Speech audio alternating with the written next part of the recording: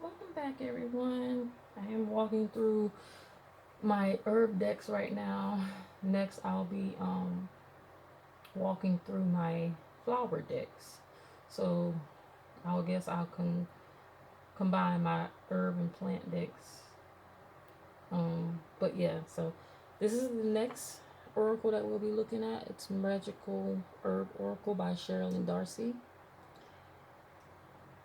illustrated by Dear Dandy. Enchanting Secrets from the Garden. Mm. So I have a few of her decks. I have one I just went over not too long ago, which is the Green Witch Oracle, and then I have some flower decks by her. I have three flower decks by her. So I am going to really enjoy um, going through all the decks that I have by her because I have one, two, three, four flower decks by her, and then I have um, two oracle decks. So yeah. And as you can see, I really love the imagery and the artwork in her decks. Um, Very, guidebook. Me, I probably done went through it. It's really, it's small, straight to the point.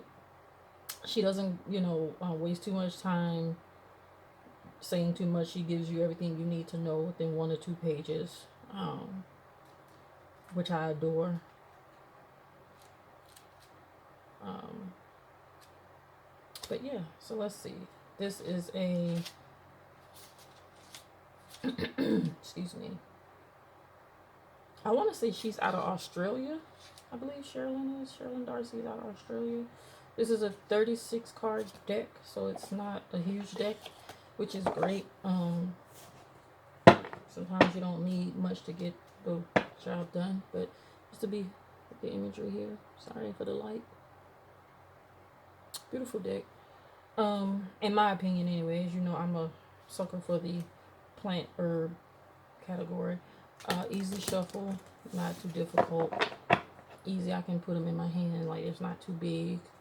Um, Really glossy cover to the deck on the front. There is no gilded edges, so which is fine, but once again, these are cards you can use in any reading, or you can use them just to learn with. Like I said, most of my herb decks are learning decks for me, but I also can use them as well. So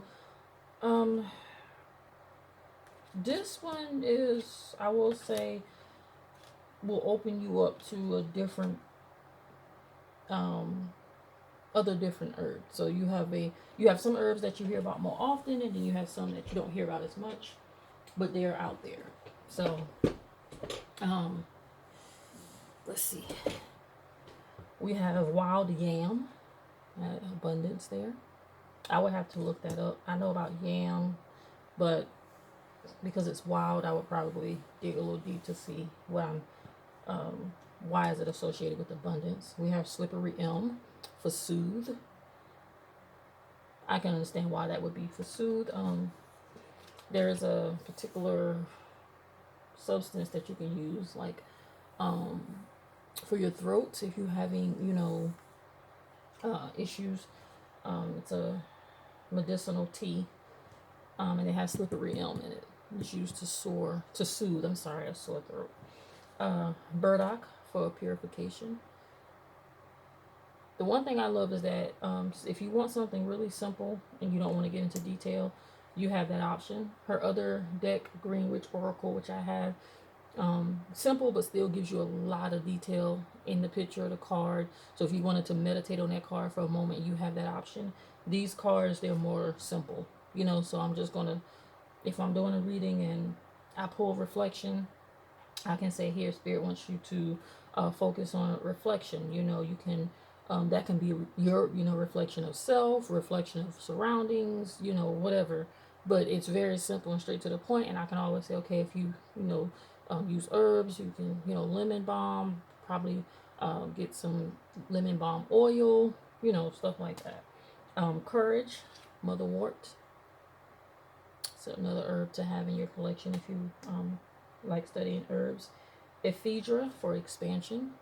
That's not one I've heard of, or I probably have and just don't know that particular name for it, but I'll have to look it up. Passion flower for balance.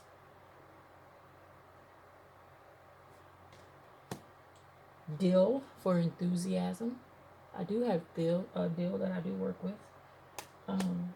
Chamomile for calm. One thing I noticed about her is that her cards, um, she looking at one of her previous decks, um, chamomile, she had said soothe, I believe, soothe or relax, or I think it says soothe. So pretty much around the same.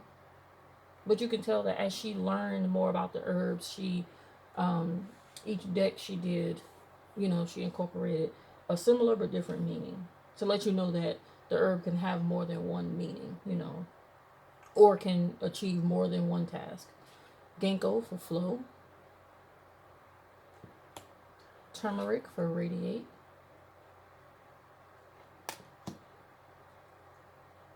Colt's foot for cleanse. Once again, she's Australian, so there could be something they grow over there that isn't abundant here. So that's good to know too. Cannabis for healing. Ginger for creativity. The last ginger I saw, I think it was like power. Hawthorn for harmony. Yarrow for open. Sage for guidance.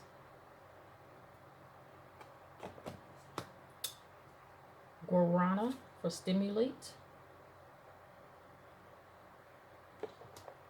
Echinacea for protection.